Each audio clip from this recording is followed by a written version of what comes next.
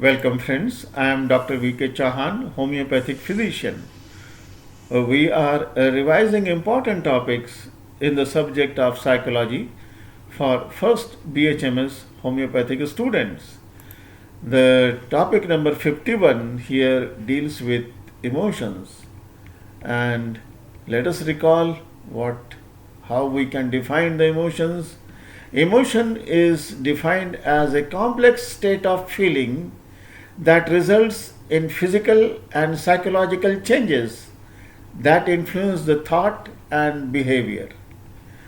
The components of emotion here figuratively is reflected by number 1 is cognition, second is affect, and third is cognition.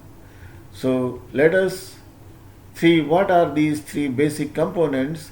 Number 1, cognition is thoughts, and it means seeing and recognizing.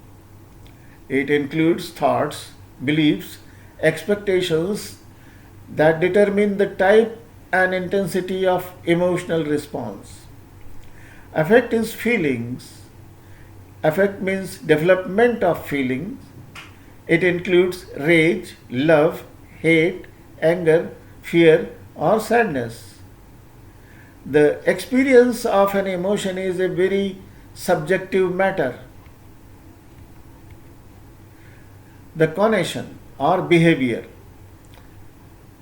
Physiological arousal with desire to act is cognition. Expression part has got two components. And the first is the somatic or voluntary component.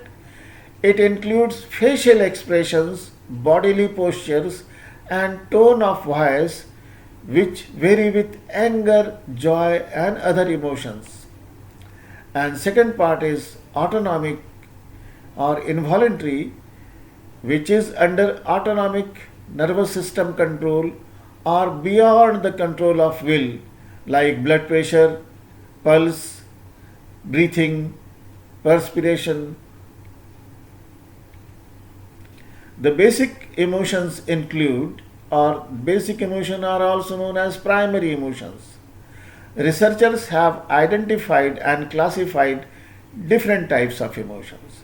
In 1972, psychologist Paul Ekman suggested that there are 6 basic emotions that are universal throughout human culture. These include fear, disgust, anger, surprise, happiness, and sadness. Let us examine what is the basic difference between emotion and mood. Emotion is normally a very short-lived phase, few seconds or you can say few minutes, but they are very intense.